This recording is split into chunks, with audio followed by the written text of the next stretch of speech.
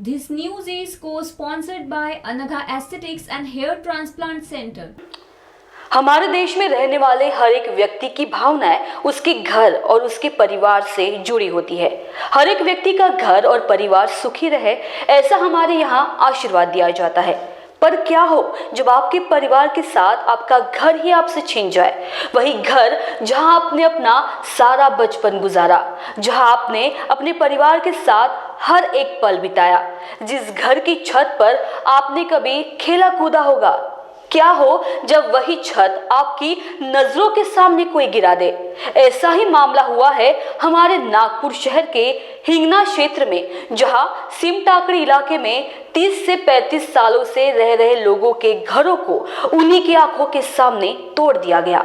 सालों से अपना जीवन इन गजरों में बिताते आ रहे लोग अब हैरान व परेशान हैं। बिना छत के यह लोग आज भी इसी जगह मौजूद है। इनका बस यही सवाल है कि 2 पीढ़ियों को पालने वाला हमारा यह घर आज आंखों के सामने तोड़ दिया गया। भला हम इस जगह को छोड़कर जाए तो कहां जाए? आखिर क्या कोई उनके बीते पल लौटा कर उन्हें दे सकता है? आखिर क्या कोई प्यार से जोड़ी गई उनके घर की हर एक ईंट को दोबारा जोड़ सकता है? आज भरी ठंड में ये लोग बिना छत के गुजर बसर करने को मजबूर है। आखिर इसका जिम्मेदार कौन है? क्या इनके घरों को तोड़ने वाली महानगर पालिका देगी? इनका जवाब देखिए खुद क्या कहते हैं यहाँ के लोग, और खुद अपनी आंखों से देखिए किस तरह खुले में रहने को मजबूर है ये लोग।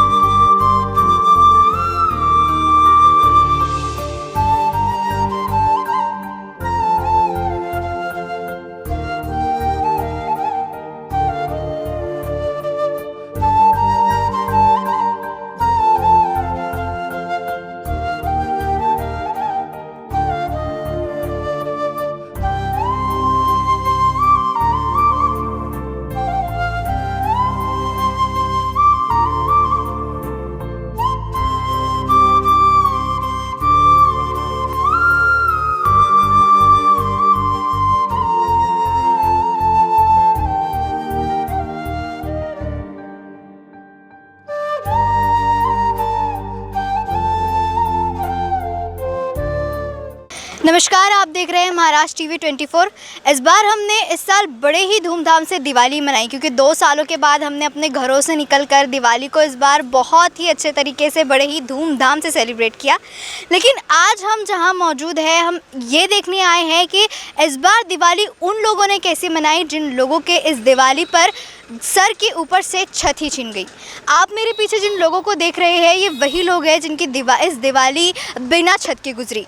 आज भी ये लोग इस ठंड में बिना छत के बेसहारा ऐसे ही रह रहे हैं। इनकी मांगों को प्रशासन द्वारा सुना नहीं जा रहा है। तो आज हम यही इन लोगों से खुद इनके बीच रहकर ये जानते हैं कि किस तरह उन्होंने इस बार इस दिवाली को मनाया, या किस तरह उनकी दिवाली इस बार अच्छी रही, बुरी रही, किस तरह वो दिनों रात इस बिना छत के इस जगह पर रह रहे हैं, उनके साथ अब तक क्या हो चला है।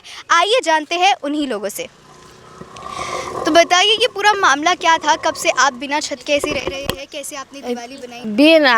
2 महिने झाले तर आम्ही बिन सतना इथंच आहो आणि दिवाळी काही बनवलं नाही आम्ही नाही एक दिवा लावला आणि तसेच आहो आम्ही।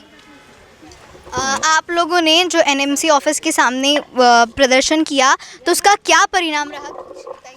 मैडम वो पुलिस वालों ने है ना ज़बरदस्ती लाठीचार्ज किया हम लोग के ऊपर। हम लोग तो शांत बैठे थे, लेकिन उन्हीं लोगों ने लाठीचार्ज किए अंदर जाने के लिए, सर के पास मिलने के लिए। तो उससे बात बिगड़ गई वो पूरी। हम लोग मोर्चा लेके चुपचाप बैठे थे वहाँ पे, लेकिन अंदर जाने का जब टाइम आया तो उन्हीं लोगों ने ज़बरदस्ती लाठीचार्ज किए पुलिस वालों ने। यहाँ पर घरों को कब तोड़ा गया, किस दिन तोड़ा? वो दशहरा हुआ 7 तारीख को, दशहरा हुआ उसके दूसरे दिन। तो उसके बाद से कोई ऑफिसर या कोई पूछने के लिए नहीं आया? पूछने के लिए भी नहीं आए, और पुलिस वाले रोज आते थे। उन लोग यहाँ पे ये छत भी ऐसा सादा बांधने के लिए नहीं बोलते थे। छत उखाड़ के चले जाते थे। 2 दिन आए और उसके बाद उन लोग आए नहीं। फिर हम बोरा बांधे थे, पूरा पुलिस वाले आए, निकालवा दिए। और हम लोग बगैर पानी में, मूसलाधार पानी गिर रहा था, रात के बच्चों लेके बैठे थे और कुछ खाना नहीं, पीना नहीं, कुछ नहीं, वैसे थे पड़े थे यहीं। बरसात में न तंबू डालने दिए, कुछ नहीं डालने दिए। तो आपको यहाँ से जाने के लिए कहा जा रहा है या कहीं और आपको कुछ जगह दी? ये नहीं कहा जा रहा है, न बता दे रहे कि हट जाओ यहाँ से। बोरा ये बच्चे लेके, इतने बड़े बड़े बच्चे लेके बैठे थे यहाँ पे। कहाँ जाए कुछ पता नहीं? कुछ नहीं बताया। हमारे को ऐसा नहीं बोले कि तुम यहाँ जगह में रहो, ये बोले कि तुम कहीं जाके किराए से रहो। हमारे पैसे हम कहाँ जाएंगे किराए से, क्या? तो वो बोले कुछ दिन के लिए रहो, बोले क्या किराए से, लेकिन कहाँ रूम मिलेगा क्या? आप सभी इस बस्ती में कितने सालों से रह रहे हैं? मैं कम से कम 35 साल हो गए यहाँ पर होता। हे याचा जन्म झाला इथं, हे जन्मापासून इथं राहून राहिले आम्ही। झाला नाही इथंच आहो मी, आणि 50 वर्ष झाले आणि माझी वय आहे 66 वर्ष आणि इथंच आहो आम्ही 35-40 वर्ष झाले इथं राहून राहिलो। टॅक्स भरतो, नळाचा बिल भरतो, लाईटाचा बिल भरतो। पाण्याचं 550 बिल भरलं आणि 1,500 इलेक्ट्रिकचं भरलं, तरी पुन्हा आता बिल येऊन राहिले। घर तुटल्यावरही घर टॅक्स आलं, लाईट बिल आता मी टाला लावायला गेली ना तर बिलचा कागद ठेवून आली तिथं। तो यहाँ पर जो घर तोड़े गए, इससे पहले आपको कोई नोटिस दिया गया था या इससे पहले भी ऐसा हो चुका? 7 दिन के अंदर घर तोड़ेंगे बोल के नोटिस दिए थे, लेकिन हम लोग सब साहब लोगों के पीछे चक्कर मार रहे थे।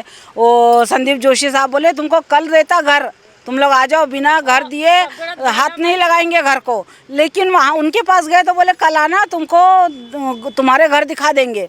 लेकिन वहाँ पे जाने के बाद वो साहब ही गायब हो गए, वो दिखे, मिले ही नहीं हमको, लेके ही नहीं गए और इधर घर तोड़ने के लिए आ गए। आश्वासन देते रहे बस, और कुछ नहीं किया उन लोगों ने। तो उस दिन जो आप लोगों ने एनएमसी के सामने धरना किया, उसका कुछ परिणाम निकला या नहीं? नहीं, कुछ तो परिणाम नहीं निकला। उन्होंने खाली बोल दिए संडास भेजेंगे बोल रहे थे यहाँ पे लेडीज़ लोगों के लिए, लेकिन वो भी तो नहीं भेजे। अभी 8, 10, 12 दिन हो गए वो धरना को, आए ही नहीं, संडास नहीं आया, कुछ नहीं आया, कोई देखने के लिए नहीं आया।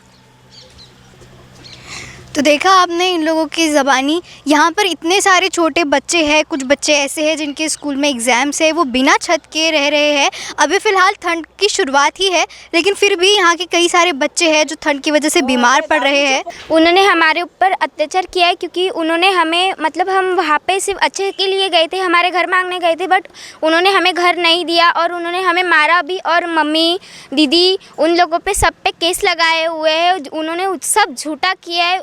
इसलिए हम यही कहना चाहेंगे, क्योंकि मेरे एग्ज़ाम थे, बट मेरे मतलब सबके ही एग्ज़ाम थे।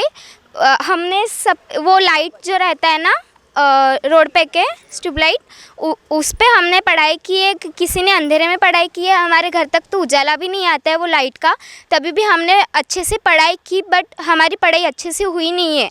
2 फरवरी को जब घर टूटे थे पहले, और ऑलरेडी तो उनको अभी आर्डर नहीं आना चाहिए, दूसरी बार तो झोपड़पट्टी कोई टूटने का ऑर्डर आता नहीं है, लेकिन इन लोगों ने ज़बरदस्ती अभी 15 दिन पहले, 1 महीना पहले हमको 15 दिन का नोटिस दिया था। ये बोला था कि 15 दिन के अंदर तुम खाली कर दो, अगर 15 दिन के अंदर खाली नहीं करोगे तो एनएमसी आएगी, आपका पूरा सामान भी तोड़ देगी और आपका जो है वो भी नहीं मिलेगा, आपको उसका जुर्माना भरना पड़ेगा, और जो भरपाई है वो आपको भी नहीं मिलेगी। इसलिए 15 दिन का तो आपको टाइम दिया जाता है, 15 दिन के अंदर आप घर खाली कर दो। तो हम लोग सारी नोटिस ले लेके कभी जोशी के घर गए, कहीं गजबे के घर गए, और यहाँ तक कि देवेंद्र फडणवीस के भी घर गए। बाकी उन्होंने एक लेटर लिख कर दिया, ये लिख कर दिया क्या तुमको हम आपको घर मिल जाएंगे। फिर हम गए कलेक्टर के ऑफिस में, कलेक्टर के इधर की वो राम जोशी, उनके भी ऑफिस में गए।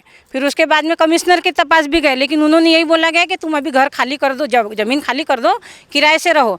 हमने बोले कि किराए से कहाँ से रहेंगे, हमारे पास तो वो उसके लिए भी पैसा नहीं है ना। तो बोलने लगा खुर्ची से उठकर के किराए का घर भी मैं ढूंढ के दूँ क्या आपको, तो देना पड़ेगा ना, वो तो जिम्मेदारी, जब जिम्मेदारी ले रहे हो आपको घर दिया जाएगा।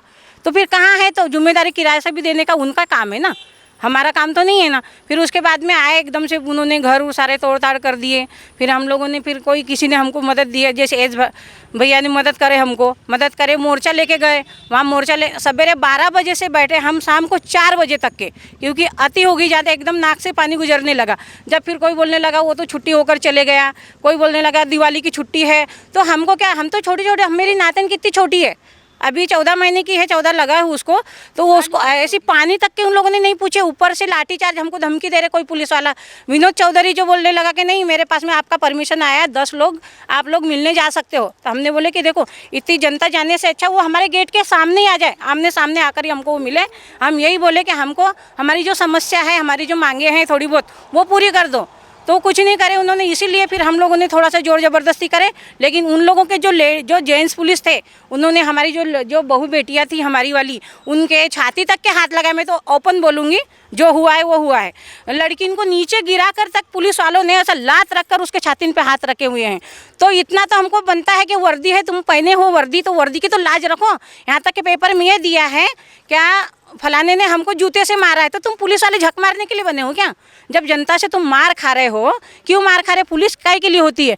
जब पुलिस हमारे साथ है तो फिर पुलिस ने हमारी मदद, जनता की मदद करना चाहिए ना। वो आते हैं जो काम करने के लिए, वो काम करना चाहिए।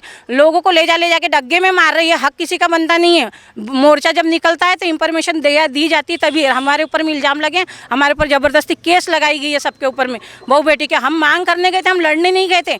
गलती उन लोगों की है, वो आए नहीं हमसे मिलने के लिए, सबसे बड़ी गलती तो उनकी है। क्योंकि हम सुबह से 4 बजे से लेके उनको भी, बरखा मैडम को भी, यस को भी, यानी उन लोग ऐसे खींच के यानी जोर ज़बरदस्ती का काम कर रहे थे।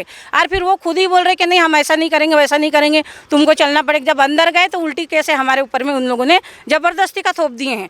जबकि जो वहाँ पर में पेपर में ये भी दिया है कि हाँ फलाने ने जूते से मारा है, बल्कि वो जूता तो पहना ही था ही नहीं, जूता पहना ही नहीं था ना, वो जूते से मारा है, फलाना मारा है, ढिमका मारा है। लेकिन हमारी बहू बेटी इनके छाती तक के हाथ चले गए। जब कहा गई पुलिस वाली, पुलिस तो रक्षक बनती है ना, तो भक्षक बने उस दिन। तो फिर बोलने लगे कि हमारी वर्दी पे तुमने हाथ उठाया। तो हमने तो यही बोले भाई वर्दी है तो वर्दी का लिहाज करो, ड्यूटी करने आओ तो ड्यूटी करो ना, तुम किसी की बहू बेटी के आबरू थोड़ी ना लूटोगे सरेआम वहाँ पर में। उस दिन एनएमसी ऑफिस के सामने जो शांतिपूर्ण धरना प्रदर्शन हुआ, उसका शाम तक क्या परिणाम निकला ये हमने आपको दिखाया। तो अभी उस प्रदर्शन में जो महिलाओं के साथ जो झड़प हुई थी पुलिस वालों की, तो उसकी एक पीड़ित हमारे साथ मौजूद है। तो आइए उन्हीं से जानते हैं कि उस दिन पूरा मामला क्या हुआ था। नमस्ते, मैं योगिता, योगिता विक्की बिरा हूँ। मैं वहाँ पे मौजूद थी। मैं खुद सामने में खड़ी थी। मैं खुद होमगार्ड पुलिस में हूँ। मैं एक उनकी ही कर्मचारी हूँ। जब वो लोगों को उनको हक नहीं है लेडीज़ के ऊपर हाथ उठाने का, हम लोगों को अधिकार नहीं है पुलिस के ऊपर हाथ उठाने का, तो मैं होमगार्ड में फिर उनका अधिकार कैसा हुआ मेरे पे हाथ उठाने का? अगर उनकी ड्यूटी जा सकती है, मेरी ड्यूटी जा सकती है, तो उनकी ड्यूटी क्यों नहीं जा सकती? जबकि उन्होंने हमारे चेस्ट तक के हाथ लगाया। हमारे पास डॉक्टर स्लिप भी है। हम इतना तो समझदार है नहीं कि कोई गवर्नमेंट जाएगा या प्राइवेट जाएगा, इतना टाइम किसी के पास था नहीं। जितना हमको पेन हुआ हम सरकारी दवाखाने, जो हमारे आसपास के दवाखाने हैं, वहाँ गए। वहाँ पे हमने हमारा ट्रीटमेंट कराया और ट्रीटमेंट में सब लिखा, डायरेक्टली लिखा है कि हमको क्या तकलीफ़ हुई, और वो हमारे पास प्रूफ है। मेरी बच्ची थी छोटी, मेरे हस्बैंड थे, एक पुलिस वाला, जेंट्स पुलिस वाले ने लेडीज़ पुलिस वाले पे डंडा मारा था। तो मेरे हस्बैंड वो डंडे क्यों, लेडीज़ को क्यों मार रहे हो करके बस हाथ पकड़ा, उसका डंडा पकड़ा, तो उन्होंने सीधा उनकी गच्ची पकड़ी और उनको डग्गे में डाल रहे थे। जब उनको डग्गे में डाल रहे थे तो मैं बीच में घुसी कि मेरे हस्बैंड को क्यों तुम, जब लेडीज़ आगे है तो जेंट्स को क्यों फंसा रहे हो तुम? तो उसने क्या किया कि मेरे टी शर्ट था, मतलब उसने मेरे को ऐसे ढकेला, तो मेरे पूरे कपड़े, मतलब टी शर्ट पूरी ऊपर हो गई थी। मैंने उसको बोला भी, मैंने वो पिया इंगोले जो है ना, जो सब इतना सब करने के बाद हम ही पे उल्टा केस लगाया, पर उसने ये नहीं सोचा, उन चौधरी जो भी है, और वो एक सिविल पे जो मैडम थी, वो तो इतनी मतलब गिरी हुई मैडम थी कि एक लेडीज़ की पीड़िता लेडीज़ समझ नहीं सकती। वो मुझे बोल रही थी कि मैं तेरी ड्यूटी खा जाऊंगी। अरे मैं कौन सा गलत हक के लिए लड़ रही हूँ? मेरा घर है। मैं कौन सा ऑन ड्यूटी लड़ रही हूँ तुमसे जो तुम मेरा ड्यूटी खा जाओगे? और ऐसा कैसा तुम ड्यूटी खा सकते हो किसी की? अगर तुम मेरे पे हाथ उठा सकते हो, तुम लेडीज़ हो, तुमने तो अपने सर को पकड़ना था कि तुम उसके चेस्ट को कैसे हाथ लगा रहे हो करके, पर तुमने वो छोड़ के हमारे पे ही, मेरी छोटी सी बच्ची नीचे दब रही थी, उसको छोड़ के मेरे हस्बैंड को डग्गे के अंदर भर रहे थे। हाँ, वो छोड़ दिया। अब वो मेरी चेस्ट को हाथ लगाएंगा तो मैं उसकी शक्ल देखूंगी, कुछ तो करूंगी ना। अभी लेडीज़ को इतना अधिकार तो है जेंट्स को क्या करने का। मैंने भी उसको खींचतान कर दिया, टूट गई होंगी उसकी बटन एक आधी उसके हाथ को कुछ लग गया होगा, पर मेरा ये देखो, मेरे को मैं उसके ऊपर आराम से हाफ मर्डर का केस लगा सकती हूँ। अब मैं अंदरूनी घाव तो लोगों को शो ऑफ नहीं कर सकती हूँ, बट मेरा 3 दिन से हाथ इतना सूजा है। उसने पता नहीं क्या था उसके हाथ में, मतलब चाबी में कुछ ऐसा लगा था या नखून है, अब इतने खींचातानी में तो अपन बोल नहीं सकते। वो बोल रहा है कि हमको काटे। अरे हमको क्या लगा है, लेडीज़ लोगों को वो नहीं दिख रहा तुमको? उल्टा हम पे केस लगा रहे, यहाँ पे रात को पुलिस वाले भेज रहे हैं। ये गलत है ना। तुम किसके लिए हो? हमारे लिए हो ना। पुलिस किसकी वो सदरक्षणा है, खल निगरान है, ये क्या मोटो रहता कि सबकी रक्षा करो। तुम तो हमारे भक्षक बन गए। ये कौन सी बात हुई? जब मैं ये सब चीज़ में हूँ तो मुझे तो अच्छे से समझता है कि किसने क्या करना चाहिए करके। तुम नहीं कुछ, तो मेरा अभी भी, हमको तुम्हारे से कोई शिकवे गिले नहीं है। हमारे जो गरीब घर है हमको वो दे दो, हमको उससे कोई मतलब नहीं, ना हमको तुम्हारे से कोई तकलीफ़ है, ना हमको किसी से कुछ लेना देना। बस हमारे घर दे दो। हमारे लेडीज़ लोगों को जो तकलीफ़ हुई है, हमारे जो घर बने हैं, हमारा जो इतना नुकसान हुआ है, आप किसी को भी, कोई भी आके सोच नहीं सकता। हमारे वजह से वो SBI को कितने धमकियों के कॉल आ रहे थे। हम यहाँ पे आके सिविल में लोग उनके बारे में पूछ रहे थे कि वो यश गौर कौन है, कहाँ है, इधर उधर से हमको कॉल आ रहे थे, उसका पता बताओ, एड्रेस बताओ। क्यों हम उसका एड्रेस बताएं? क्योंकि वो हमारे तरफ से खड़े है, उसके पास सब प्रूफ है, वो हमारे लिए सब जानता है, इसलिए हम सब चीज़ को, मतलब उसको एक्सपोज कर दे, फिर वो सब डॉक्यूमेंट्स गायब हो जाएंगे और हम गरीब के गरीब ही रहेंगे। और जिनके पास भरोसे से पैसा है वो सब वैसे भी वेस्ट में ही गए। हम चाहते हैं कि हमको न्याय मिलना चाहिए, उनको न्याय मिलना चाहिए। वो बरखा मैडम, उनके घर पे, अब वो तो लेडीज़ के ऊपर तुम केस लगाएंगे क्या? उनके ऊपर केस लगाए, उनके घर जाके पुलिस वाले सिविल में घर के अंदर वॉशरूम तक घुसे। किसी को इतना अधिकार नहीं है। छोटे छोटे बच्चे रहते, बड़े लेडीज़ लोग रहते। तुम अगर लेडीज़ के ऊपर, तुम लेडीज़ का नहीं सोच सकते तो फिर कुछ भी नहीं कर सकते। तुम उनके सीधा घर के अंदर घुस रहे। अच्छा था उस दिन मैडम नहीं थी घर पे, कई काम से बाहर गई थी, हमारे ही काम से वो बाहर गए थे। अगर वो रहते, कुछ कम ज़्यादा हो गया तो क्या ये लोग जिम्मेदार रहते? उनके पास लेटर था क्या जाने के लिए? लेटर लगता है किसी के भी घर में घुसने के लिए, परमिशन लेटर लेना पड़ता है। तुम बोलते कि तुमने मोर्चे का लेटर निकाले, तो उनके घर में घुसने के लिए तुमने लेटर निकाले क्या? हम यही चाहते हैं कि हमारे वजह से इन दोनों को तकलीफ़ ना हो, और हम चाहते हैं कि हम बस्ती वाले को भी कोई तकलीफ़ ना हो, हमको हमारे घर मिल जाए, नहीं बहुत बड़े बड़े तो हमको छोटे ही दे दो, हम छोटे घर में भी रहने के लिए तैयार है। परसों के दिन एनएमसी वाले आए थे, 4-5 जन आए थे, हम तो घर पे ही थे सब जन। यहाँ से वहाँ तक रोड गिन के गए, उन्होंने बोला कि 80 फुट रोड चले जाएगा, सोमवार को वो लोग अपनी कार्रवाई करने आने वाले। सोमवार को यहाँ से वहाँ तक रोड मतलब जितना भी बुलडोजर से जितना बचा कुचा अभी हमारी जितनी ज़िंदगी है वो भी सब साफ़ करके चले जाने वाले। अभी आप देखो, आप लोगों का ही मतलब आप लोग इतने हो कि आप लोग अभी हमारा सपोर्ट कर सकते हो। अगर आप में से किसी ने भी आके हमारे साथ सपोर्ट किया तो बहुत अच्छा रहेगा हमारे लिए। इस पूरे मामले पे क्या रहा पूरा नतीजा और तब से लेकर अब तक क्या चल रहा है, इस पर पूरे एक बार फिर से रोशनी डालते हैं। तो सर बताइए क्या चल रहा है पूरा मामला। अभी आप जैसे यहाँ पे खड़े हैं सीम टाकड़ी हिंगना टी पॉइंट पे, ये बस्ती 7 अक्टूबर को तोड़ी गई और ये झूठ बोल के उच्च न्यायालय सम्माननीय उच्च न्यायालय को नागपुर म्यूनसिपल कॉरपोरेशन के जो कमिश्नर है और उनके जो वकील है उन्होंने एक झूठा एफिडेविट दिया था कि इन लोगों को ऑलरेडी घर मिल चुके हैं। कहानी पूरी ऐसी कि 2006 में एक प्राइवेट बिल्डर ने, जो आजू बाजू के जो बिल्डर्स है इनकी नज़र थी ये ज़मीन के ऊपर और इन लोगों ने एक पिटीशन डाला था, रिपिटिशन इन्होंने हाई कोर्ट में फाइल किया था। उसके मुताबिक इन लोगों को यहाँ से उठाना चाहिए था और कोर्ट का ऐसा बोलना था कि स्लम रेगुलेशन एक्ट के अकॉर्डिंग इन सब को पहले घर दिए जाए, उसके बाद यहाँ से उनको उठाया जाए। ये नागपुर म्यूनसिपल कॉर्पोरेशन ने बिल्कुल भी नहीं किया। उसके बाद ये कार्रवाई 2010 तक चलती रही। उसके बाद इनके घर तोड़े गए और महानगर पालिका का ऐसा बोलना है कि हम लोगों ने इनको एक नोटिस भेजा था कि भैया आपको ये घर अलॉट किया गया है अपना दीक्षित नगर नारी में। और उसके बाद घर तोड़ने के बाद जब ये लोग महाड़ा के अधिकारियों से और नागपुर म्यूनसिपल कॉरपोरेशन के जो स्लम डिपार्टमेंट के जो अधिकारी है उनसे वो लोगों ने बात की, उन्होंने कहा कि अभी के लिए आप वहीं पे रहो, आपकी व्यवस्था कर दी जाएगी और जब घर तोड़े जाएंगे तो उसके पहले will give you a new house. उसके बाद ऐसा कुछ भी नहीं हुआ। 2022 को इनके घर तोड़े गए और ये लोग वापस से बेघर हो गए। ये केस जब मेरे पास आया, मुझे एक फ़ोन आया था यहाँ से, तो हम लोगों ने घर बचाओ आंदोलन की शुरुआत की और हमारे कुछ एक्टिविस्ट है उन्होंने आरटीआई की मदद से कुछ डिटेल्स निकलवाई और वो डिटेल में ऐसा पता चला कि यहाँ पे 19 परिवार को ऑलरेडी घर दिया गया था। और जब हम लोगों ने इसकी जांच पड़ताल की तो ये घर में, ये महाड़ा क्वार्टर्स के जो घर है दीक्षित नगर में नारी में, यहाँ पे ऑलरेडी 20 साल से कोई और रह रहा है। तो ये बहुत ताज्जुब वाली बात है कि जब 20 साल से मतलब सन 2001 से ऑलरेडी घर वो किसी और को मिला हुआ है तो 2011 में इनको मिल ही नहीं सकता वो। और एक घर 137 नंबर का घर 4 लोगों को ऑलरेडी अलॉटेड है। तो ये महानगर पालिका ने सरासर झूठ बोला है।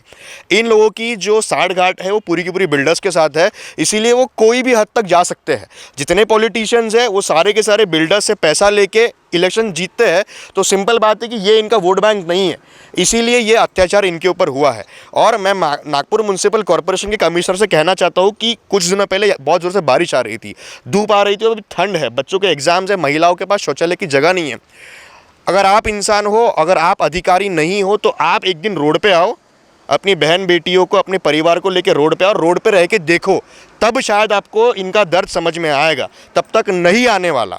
और इसके अलावा हम लोगों ने राम जोशी जी से बात की थी। राम जोशी ने क्लियरली बोला था कि इनको इनके घर हम लोग अलॉट कर देंगे, आप निश्चिंत रहिए। हम लोग मोर्चे में, एक पीसफुल प्रोटेस्ट था 21 को, वो पीसफुल प्रोटेस्ट में 4 से 5 घंटा ये लेडीज़ लोग बैठी रही। उसके बाद जो हुआ वो तो पूरा का पूरा नागपुर और पूरा महाराष्ट्र जानता है कि किस तरीके से पुलिस को सामने करके इन्होंने अत्याचार किया। महिलाओं के साथ क्या हुआ वो तो हम लोग फॉर श्योर आगे उसकी कार्रवाई करेंगे। इनके ऊपर झूठे मुकदमे लगाए गए, 353 लगवाया गया कि इन्होंने बदसलूकी की और हमारे पास सबके सब एविडेंसेस है।